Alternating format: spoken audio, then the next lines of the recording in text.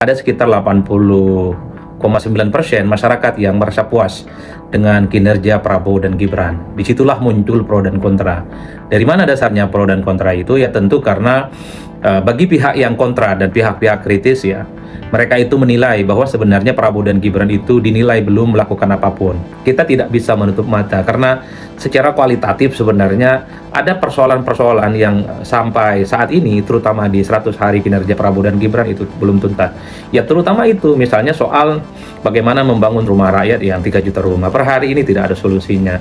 Termasuk misalnya kita sejak awal kita mendengarkan sejumlah menteri yang bikin blunder ya. Itu kan menjadi warna-warni yang dinilai sebagai noda dari pemerintah. Assalamualaikum warahmatullahi wabarakatuh. Tanpa terasa, Prabowo Subianto dan Gibran Rakabuming Raka, Presiden dan Wakil Presiden Republik Indonesia, sudah memasuki kinerja 100 hari.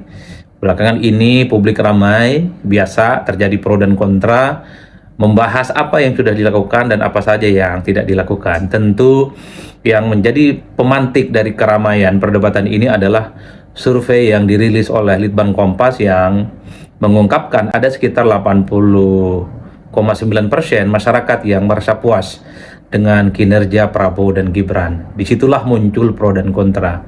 Dari mana dasarnya pro dan kontra itu? Ya tentu karena bagi pihak yang kontra dan pihak-pihak kritis ya, mereka itu menilai bahwa sebenarnya Prabowo dan Gibran itu dinilai belum melakukan apapun. Masih banyak persoalan-persoalan yang belum tuntas, banyak persoalan-persoalan apapun yang belum dilakukan. Alih-alih bekerja, tapi justru hal-hal yang sifatnya negatif, blunder-blunder menteri, utusan-utusan khusus yang kemudian jauh lebih mengemuka dibandingkan dengan hal-hal yang lainnya. Bahkan kelompok-kelompok kritis ini kan menuding, wah itu adalah survei yang mungkin hanya disurvei di tempat para pendukung Prabowo dan Gibran. Itu mungkin surveinya itu hanya dilakukan pada kelompok-kelompok Kim dan Kim Plus dan seterusnya dan seterusnya. Tapi pihak-pihak yang pro terkait dengan survei Litbang Kompas yang 80,9% ini mengatakan bahwa memang Prabowo dan Gibran itu termasuk para menterinya itu sudah menunjukkan kinerja yang sudah sesuai dengan ekspektasi, dan 100 hari kerja itu sebenarnya adalah terlalu dini dan sangat prematur untuk menilai apakah seorang presiden, wakil presiden, dan para pembantunya itu bekerja ataupun tidak. Tapi minimal persepsi publik yang 80% itu semacam oase, semacam harapan bagaimana Prabowo dan Gibran itu dipersepsikan sebagai pasangan, sebagai presiden yang kemudian tentu diharapkan menyelesaikan persoalan-persoalan yang dihadapi oleh rakyat. Itu satu hal ya. Jadi saya tidak mau terjebak dalam pro dan kontra itu, terserah para teman-teman, para sahabat dan para kawan-kawan mau menyikapi apa hasil terkait dengan survei Litbang Kompas yang menyatakan 80% masyarakat itu puas dengan kinerja pemerintah ya. Mau di kubu pro oke, tidak di kubu pro juga oke. Tapi saya ingin bicara dua hal terkait dengan 100 hari ya kinerja pemerintah Prabowo dan Gibran. Nah, terkait dengan pertama yaitu hasil survei Litbang Kompas, harus diakui bahwa survei ini adalah semacam persepsi pendapat orang. Jadi ketika dilakukan survei, orang itu ditanya satu persatu bagaimana pendapat Bapak Ibu terkait dengan pemerintahan saat ini. Apakah puas ataukah tidak puas? Dan ingat, survei itu sifatnya fluktuatif, dia turun naik, kadang naik dan kadang turun, tergantung situasi yang sedang berkembang. Mungkin kenapa ada persepsi publik yang cukup positif, kira-kira begitu, karena saat dilakukan survei oleh Litbang Kompas, orang-orang yang diwawancara secara langsung, tatap muka, mereka itu merasakan bagaimana program-program pemerintah itu cukup dirasakan, program-program pemerintah itu cukup populis, dan menyentuh persoalan-persoalan yang dihadapi oleh rakyat. Jadi wajar kalau kemudian yang muncul di benak mereka itu adalah mereka yang berpikiran positif dan merasa puas dengan kinerja pemerintah. Begitupun sebaliknya, ketika survei itu dilakukan, karena ada sekitar 19% masyarakat yang merasa tidak puas, ada persoalan-persoalan yang tidak tuntas. Persoalan di bidang hukum, persoalan di bidang politik, persoalan di bidang ekonomi, lapangan pekerjaan, tentang kemiskinan dan kesejahteraan, itu belum pernah sama sekali disentuh oleh pemerintah. Mungkin itu yang kemudian membuat ada sekitar 19% masyarakat yang tidak puas. Oleh karena itu, yang ingin saya katakan adalah Jadi survei soal kepuasan publik terkait dengan kinerja pemerintah ini mesti diletakkan dalam konteks yang cukup dinamis, karena kalau misalnya bulan depan diadakan survei ulang ketika situasi politik, ekonomi, dan hukum misalnya tidak baik, pasti persepsi atau kepuasan publik yang 80% itu bisa turun, bisa 80%, bisa 60%, atau bisa di bawah itu. Yang ingin saya katakan adalah survei itu adalah potret di mana situasi sosial ekonomi yang berkembang, disitulah kemudian orang akan mengungkapkan bagaimana perasaan-perasaannya yang muncul. Itu satu. Jadi survei itu hanya sebatas persepsi sementara, dan itu bisa berubah kapanpun, sangat tergantung bagaimana situasi politik yang berkembang. Dugaan saya, kenapa ada 80% masyarakat yang puas? Mungkin ketika disurvei, banyak program-program pemerintah yang dinilai sesuai dengan selera mereka, dianggap populis dan sesuai dengan kebutuhan rakyat. Tapi bagi yang 19% masyarakat yang mengatakan bahwa mereka tidak puas, mungkin karena tidak ada perubahan apapun di 100 hari kinerja Prabowo dan Gibran. Itu satu yang pertama. Nah, yang kedua ya, terlepas dari survei yang sudah muncul ya, Litbang Kompas, secara prinsip misalnya saya harus katakan satu persatu secara jujur. Mari kita hitung apa yang dilakukan oleh Prabowo Subianto lah ya. Itu menurut saya adalah hal-hal yang sifatnya populis, kelihatan pro rakyat. Jadi kesannya adalah Prabowo itu yang kelihatan ingin berdiri tegak bersama dengan rakyat. Mari kita cek satu persatu. Kenapa persepsi publik itu sampai 80%? Misalnya, yang sangat kerasa dari program Prabowo itu adalah program makan bergizi gratis. Ini kan adalah program prioritas yang tidak pernah dilakukan oleh presiden-presiden sebelumnya. Jadi wajar kalau kemudian ketika ada program makan bergizi gratis ini selama 5 tahun yang akan datang, masyarakat itu suka dan happy. Masyarakat kita itu kan tidak berdebat dari mana anggarannya. Masyarakat itu tidak terlampau peduli misalnya menunya tidak terlampau disukai oleh anak SD, anak SMA, ataupun anak SMP. Itu kan PR yang perlu diperbaharui. Tapi secara prinsip adalah, oh ini adalah ada program yang baik dari pemerintah, yaitu terkait dengan makan bergizi gratis untuk anak-anak Indonesia supaya kualitas SDM mereka itu hebat. Itu yang kemudian ditangkap. Wajar kalau kemudian persepsinya positif. Itu yang saya sebutkan. Jadi apa yang ditangkap oleh masyarakat, program yang dianggap pro rakyat, itulah yang kemudian akan mendapatkan persepsi politik. Misalnya juga Prabowo Subianto itu kan menghapuskan hutang UMKM. Oh, itu tentu ada langkah yang mudah sebagai stimulus supaya perekonomian UMKM ini kan kemudian berkembang dengan baik. Langkah-langkah yang semacam ini kan juga terpotret bagi masyarakat. Oh iya ya, hebat ini pemerintah pasang badan untuk UMKM supaya ekonomi mereka berkembang, mereka itu berkompetisi dengan kehidupan ekonomi yang jauh lebih hebat. Itu kan yang saya sebut sebagai program-program populis. Kemudian apalagi, ada misalnya tarif diskon 50% untuk listrik selama 2 bulan, Januari dan Februari. Kan diskonnya 50% untuk pengguna berapa itu? 420 sampai 2.200. Itu kan kena diskon 50% kalau beli listrik ya, baik yang prabayar ataupun pasca bayar. Itulah yang saya sebutkan, harus diakui begitu banyak program-program yang diluncurkan oleh pemerintah Prabowo dan Gibran itu dinilai sebagai program yang kemudian dianggap populis dan pro dengan rakyat. Tidak berhenti di situ. Bahkan kita lihat ya, bagaimana komitmen pemerintah, biaya haji itu diturunkan.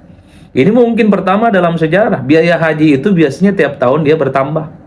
Begitu mahal dan sulit untuk dijangkau, terutama kelas-kelas menengah ke bawah. Tapi Prabowo Subianto itu berkomitmen dan itu sudah menjadi keputusan bagaimana biaya haji per mulai tahun ini itu sudah bisa dikurangi. Wajar kalau kemudian rakyat itu mengapresiasi. Begitupun misalnya soal bahan bakar BBM ataupun misalnya soal stabilitas pangan dalam masa akhir tahun 2024 menjelang tahun 2025 itu kan stabil, tidak ada keluhan misalnya harga-harga barang pokok, harga-harga kebutuhan dasar masyarakat itu meningkat, ataupun misalnya ada keluhan terkait dengan kenaikan BBM dan seterusnya. Jadi ini hal-hal yang saya harus sebutkan itu yang disebut dengan program populis, pro rakyat, dan seterusnya, dan seterusnya.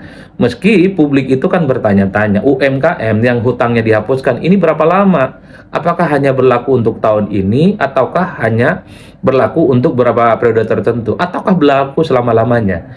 Kan itu pertanyaan-pertanyaan lanjutan.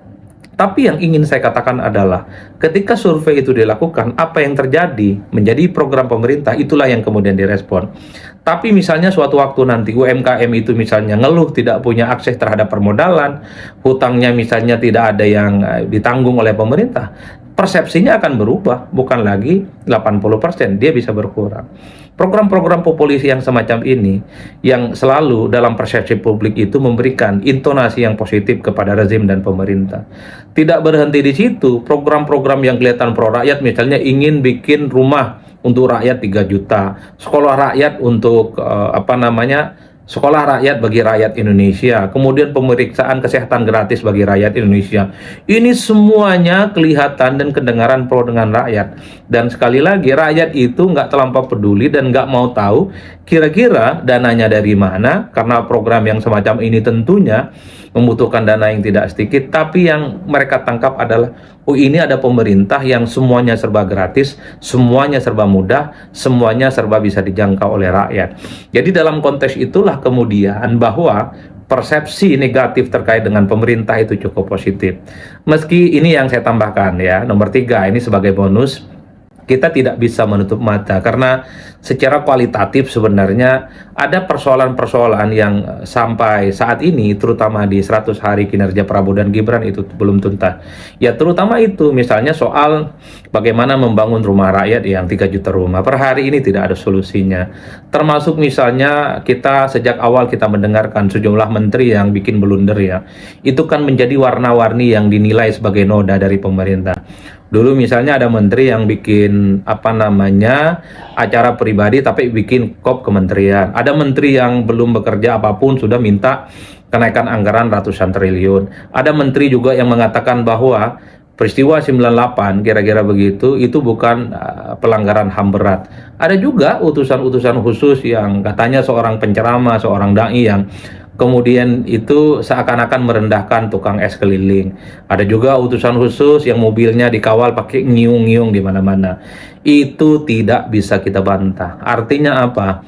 Memang begitu banyak compang-camping di sekitar presiden, di sekitar istana yang saya kira ini selalu menjadi noda dalam pemerintahan. Ada kesan memang kalau dalam konteks Prabowo Subianto itu publik masih belum ada kritikan apapun karena performa politiknya kan di atas rata-rata, pergaulan internasionalnya bagus, kemudian sikap politiknya di dalam negeri juga cukup bagus, tegas, dan pro rakyat. Tapi seringkali apa yang dilakukan oleh Prabowo Subianto itu tidak diiringi oleh para pembantu-pembantunya. Justru dalam banyak hal, pembantunya ini bikin blunder, bikin sesuatu yang kemudian membuat persepsi negatif kepada pemerintah itu selalu terjadi.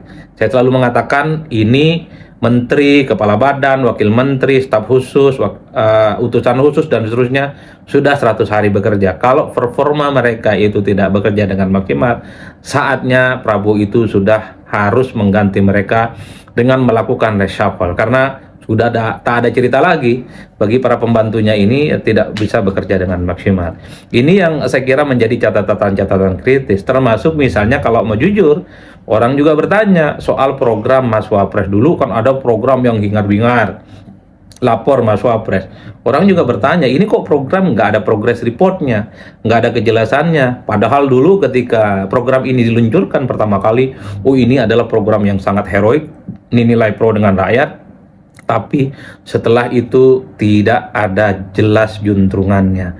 La yamutu wa la yahya, itu istilah di pesantren. Tidak hidup dan tidak mati, dan cenderung ini sudah kabarnya itu tidak pernah kedengaran lagi oleh rakyat. Jadi inilah yang saya sebutkan di tengah pro dan kontra terkait dengan survei kepuasan publik terhadap pemerintahan Prabowo dan Gibran, ada hal-hal yang saya coba untuk narasikan, baik dari segi yang pro ataupun dari segi-segi yang kontra.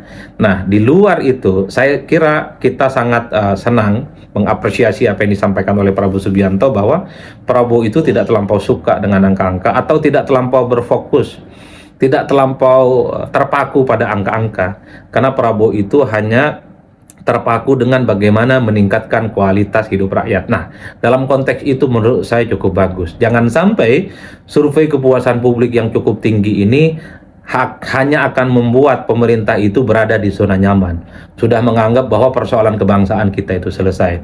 Jangan sampai angka 80% kepuasan terhadap pemerintah itu hanya sebatas alasan dikapitalisasi bahwa misalnya para pembantu dan pemerintah tidak bisa bekerja secara maksimal, dan ini hanya dijadikan sebagai tameng dari kelompok-kelompok kritis ketika misalnya begitu banyak kebijakan yang tidak pro rakyat, begitu banyak kebijakan yang dianggap kontroversial, itu kemudian hanya dijawab dengan angka-angka 80%. Makanya cukup rasional ketika Prabowo mengatakan tidak terpaku hanya pada angka-angka, lebih fokus bagaimana kualitas hidup rakyat seperti kemiskinan bisa dihilangkan, pengangguran bisa dituntaskan, akses terhadap pekerjaan itu semakin meningkat.